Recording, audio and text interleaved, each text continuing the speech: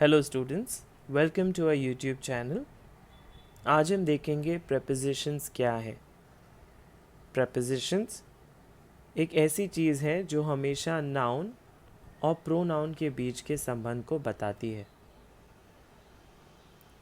Preposition का मतलब है प्लेसिंग बिफोर, मतलब किसी भी चीज़ से पहले।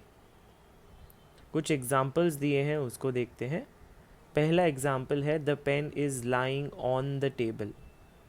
यहाँ पे हम नाउन्स आइडेंटिफाई करेंगे, पेन एंड टेबल, और ये जो वर्ड ऑन है वो उन दो नाउन के रिलेशनशिप को या संबंध को बताता है।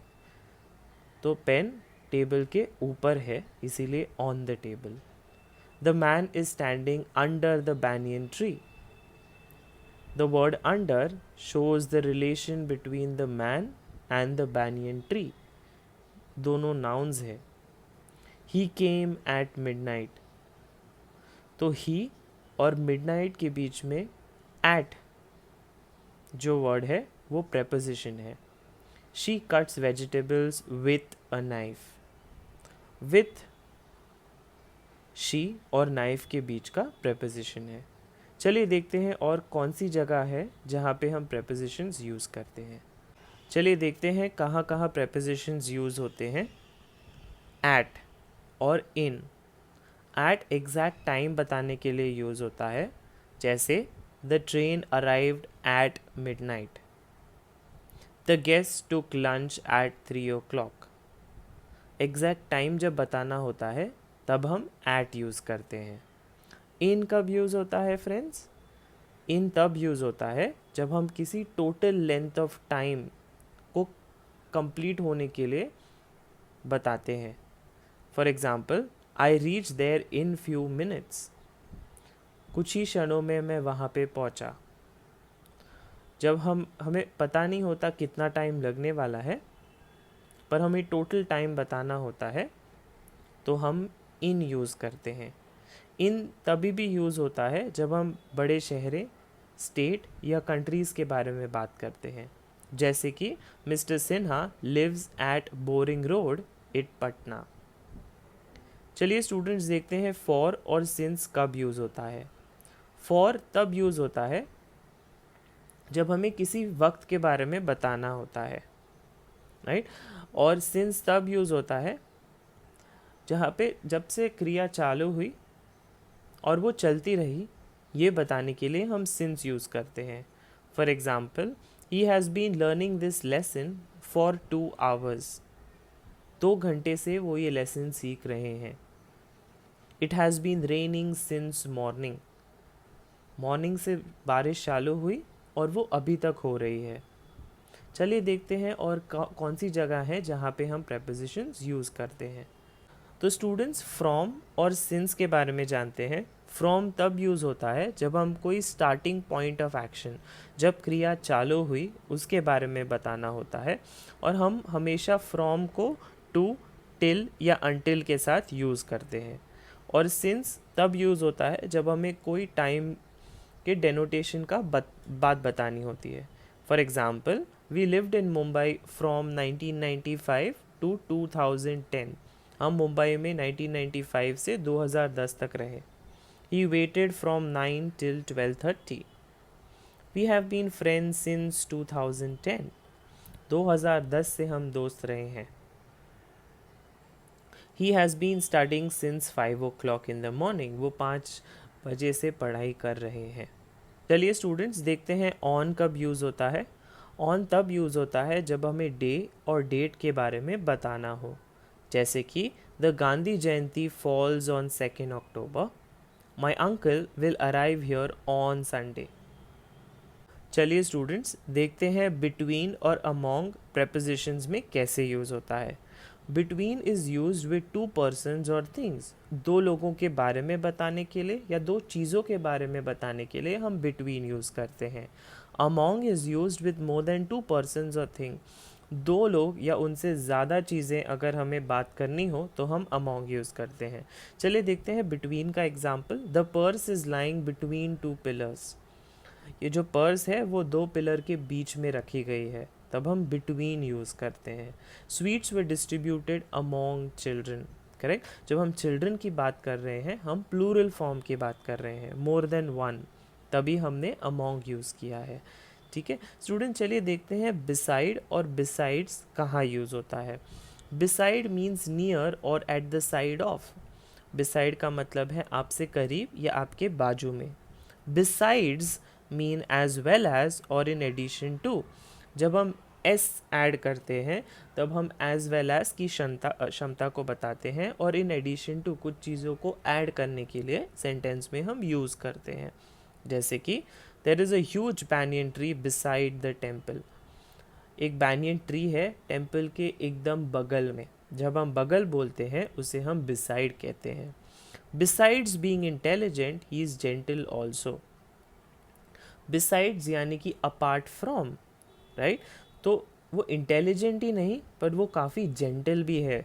ठीक है, तो आई होप ये चीज़ हमें क्लियर हो गई होगी स्टूडेंट्स। चलिए हम आगे बढ़ते हैं और देखते हैं ऑन और अप टू कब यूज़ होता है।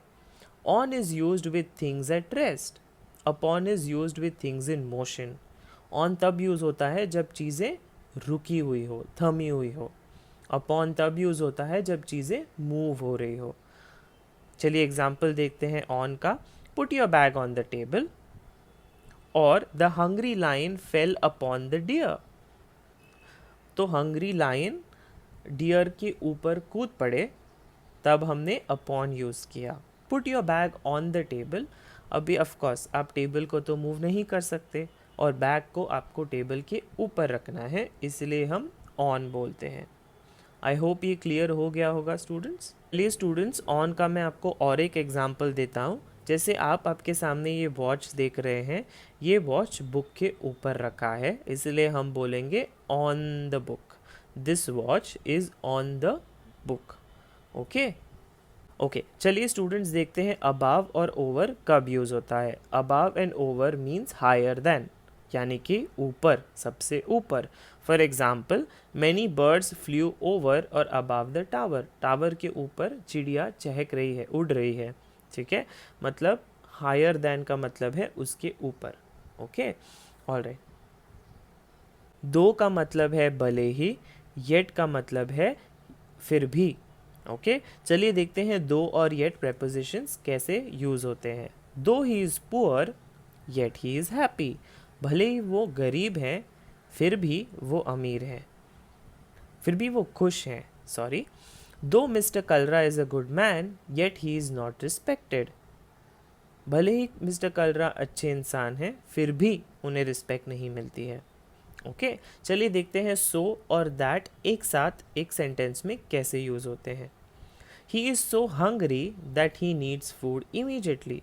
वो इतने भूखे हैं कि उनको खाना अभी के अभी चाहिए।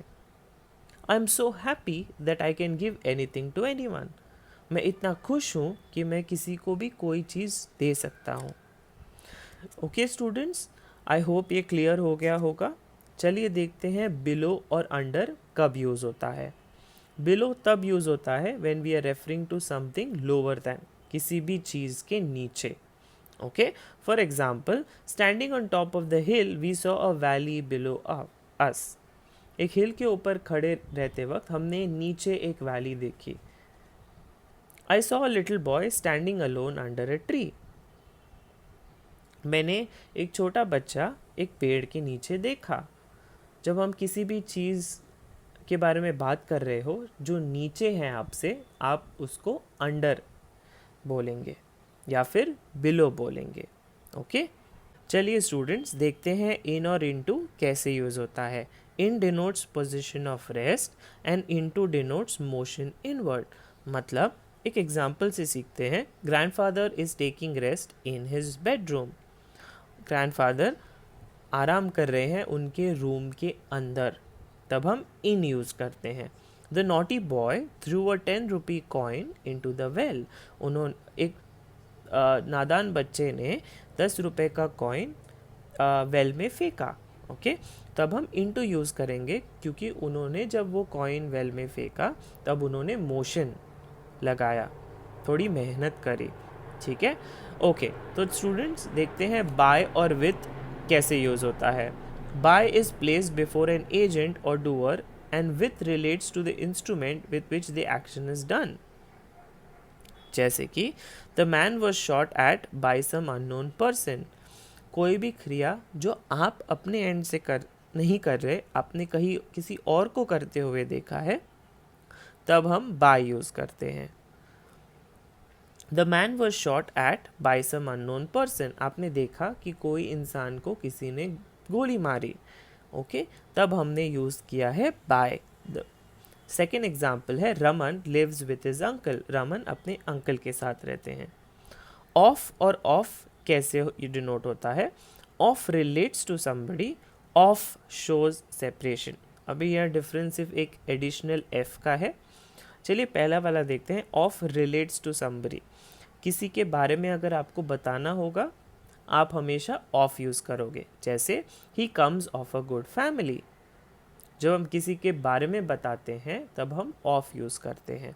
ही fell off the tree, off का मतलब है किसी भी चीज़ से अलग हो जाना, सेपरेशन। वो पेड़ के नीचे से गिर गया, मतलब वो पेड़ से सेपरेट हुआ और वो नीचे गिर गया। आई होप ये क्लियर है स्टूडेंट्स।